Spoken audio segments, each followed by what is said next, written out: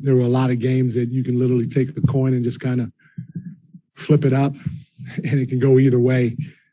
And so my hat goes off to Taylor and his group of players, as well as the organization, because they're going to be around for a long time. Next, man, Loon, what a game. Holy moly. 22 boards. I don't, when was the last time somebody had 22 boards? Larry Smith was the last boarder in the playoff game, like in 87. It's fantastic. I think what's more impressive than the 22 boards is I think I ran him 17 straight minutes. And I kept looking at him because after the first 5, he looked like he was dying. Then the next 2, he looked like he was worse. I don't know if he can get any worse. And then every minute after that, I was just saying, Loon, hold on. Loon, hold on. And he did. Klay, you guys have been around here a while. You know how Klay is with game 6s. What a time to step up tonight. He was fantastic. Not only, you look at his shooting, he had 8 boards. And that was one of the things that we stressed was our guards got a rebound. He had 8 boards. And on top of that, we one of the adjustments we made, we felt like we wanted to put a bigger body on Bane. And he not only scored 30, shooting 11 for 22, but he chased Bane around all night. That's no easy task. Wiggins, Draymond, between the two of them, it's 26 rebounds. And I said to you guys before, when we win the rebound game and the possession game, we give ourselves a chance to win the game. And Draymond with his 16, Wiggs with his 10, Klay with his 8, and then obviously Loon with his 20. That is remarkable against a team of that size and that athleticism. Obviously Steph is Steph. But the last thing I'd say is, we played 2 guys that don't get a ton of minutes. And one of them obviously is D. Lee. He was fantastic. The next one is Belly. It's hard to sit for as long as he has and throw him in during crucial minutes in a closeout game. And he was fantastic. We were down, and I think he came up with 1 or 2 offensive rebounds that got us jump-started a little bit, that energized us. So those 2 guys, it's Steve said it from day one. It's about next man up. Those 2 guys did it and really helped us get the win. You ever seen 70 rebounds in a game total? I don't think so. I still, I'm looking at this. I'm looking at the 25 offensive rebounds, and it doesn't look right to me still. So, let alone 70. How debated was the Looney start, and why did you end up deciding to go with it? It was debated a little bit, but the reality of it was Draymond's call, Draymond and Steph's. And it's our job to give our players confidence. And they looked us all in the eye and said, that's where we're going to get our confidence. And they've done it before. Draymond has carried this organization for years with his hard hat. Obviously Steph and Klay with their shooting, but what Draymond does, it's unbelievable.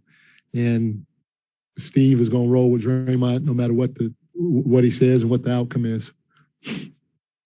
Mike, did you almost coach this like a game 7? I mean, Andrew played 42 minutes or whatever, Draymond and all these. I mean, was that feeling like that in your mind, and make sure you just everybody gave everything they had? This is the first time on my minute sheet this year that I had guys log for 40-plus minutes. So we didn't want to go back to Memphis. Wiggins certainly, has not quite been through something like this. Sure. Everybody's curious. You think there was a curiosity to see what he would do, and what did you think of certainly in the whole game, but the last 7 minutes when you went with that starting lineup to close? What did you see from him? I saw a resiliency that most people didn't think he had, especially when he was in Minnesota. He stepped up. He was picking up full court. He was switching and keeping bigger guys off the glass. he just sat down and dug in for us. And that was the same thing that he did. It was a game 4 for us at the end of the game. So he's showing up in big moments, and I hope he gets his due credit because he was huge for us this series. Mike, you've been around Klay Thompson a long time. What do you think this moment meant to him to be able to play like this, and in the game he's known for, and kind of get back to himself? It's a good question. When I went to give him a hug, and I was ready to tell him I went to say, I love you and great job. I started saying that. And it was crazy. The only thing he said was, Mike Brown, I'm going to miss you next year when you're in Sacramento. I'm going to miss you yelling at me, telling me to get back on transition defense. I said, okay, Klay. That's Klay. He expects to go out there and play great. We expect him to go out there and play great. But the thing that he did tonight offensively, in my opinion, I still need to go back and watch the tape. I thought the shots that he took were great shots. They were fantastic. And one of the things that Steve always preaches is good to great. He was on point tonight with his shots. Hey, Mike, is this the loudest you've ever heard at Chase Center? What do you think of the atmosphere overall? Mark, it was loud. I tell you, though, sitting in that seat for Steve Kerr, you don't really hear a lot. You're kind of lost in your own world a little bit, So I know it was loud, but it was hard for me to really appreciate, Mike, you mentioned earlier that Steph and Draymond kind of made that call for Kevon to start. How exactly did that come about? Like, did you just ask them directly? How did that manifest? Yeah, we talked to them. I on the flight back, and actually the reality of it is we started talking about it during game 5 at the end, because we knew going into that game, the one thing we didn't want to chase and win in that game. We as a staff, Steve brought that up to us. He said, don't go into the game chasing it. So we knew there could be a little bit of an emotional letdown.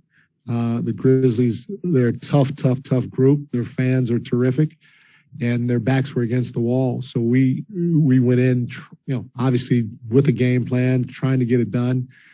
We realized early on that it wasn't. And so, watching the course of the game, especially in the second half, watching different things, I started thinking about a few things and running it by this guy or this coach or that coach. And then when we got on the plane the next day, I had watched the film and I had some ideas. And so I ran some of the ideas by those guys, and they were pretty adamant about it. And at the end of the day, it's Steve's call.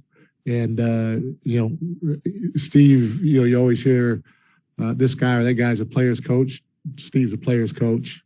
And he's going to roll with his guys because he's got it done with his guys many, many other times before. So it was for him, for us, starting with him, it was no brainer.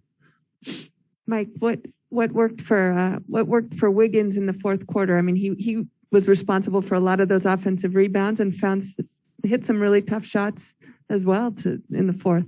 Yeah, he was just engaged from Jump Street. This morning during shoot around, I knew he'd have a big game because we changed our pick and roll coverage. And when we made the change, Wiggs asked, he was like, Coach, you want me to pick up Tyus Jones full court? I said, Wiggs, you want to do that for 48 minutes? He said, I'm locked in. I'll do it for 48 minutes. You just tell me. I said, okay, we'll pick and choose your spots.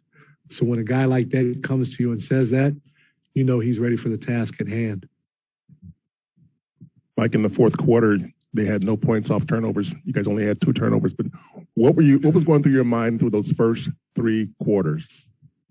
I just want us to get stops. I felt if we got enough stops, we would be able to shake loose offensively and hit some threes. And it's been our trend to turn the ball over in the first half and then to do a better job in the second half. And so we were addressing it the whole game. We addressed it at halftime. for some reason, I wasn't as concerned about the turnovers. I just wanted to get stops and not give them second chances. And I knew that sooner or later, because every time I looked up, we were shooting 32%, 31, whatever it was, we'd start making shots if we kept the game simple. You know. What does it do to your offense when Draymond is looking to score as he was in spurts of this game? It opens up a lot for everybody. And that was a call, that Steve said. Steve was like, hey, we're going to roll with you and Loon to start, but you need to look to score. And Draymond was like, for damn right, I'm going to look to score. And he did. And that was huge because when he got the ball, they had to step up. And that's where the little dump pass to Loon was available because of his aggressiveness throughout the whole game. You mentioned Damian Lee and Bielitsa. You've got Kuminga. You got some other choices there. Were you just going with veteran kind of will there? Why those two guys? That was part of it. D. Lee had already sort of been in the rotation a little bit, but I just thought Belly's length out on the floor, that added length was going to be good for us. And then, Belly's played in big games. He's been playing in big games. I think he was a pro at like 15, 16 years old, whatever it is. And he's played in some huge games. So I knew at the end of the day, he was, he wasn't going to be rattled, shook, or anything like that, even with him not playing any minutes. And then on top of that, he'd still space the floor and have to be guarded and those types of things, especially with them having Steven Adams on the floor and then Jaren Jackson. Thank you, guys.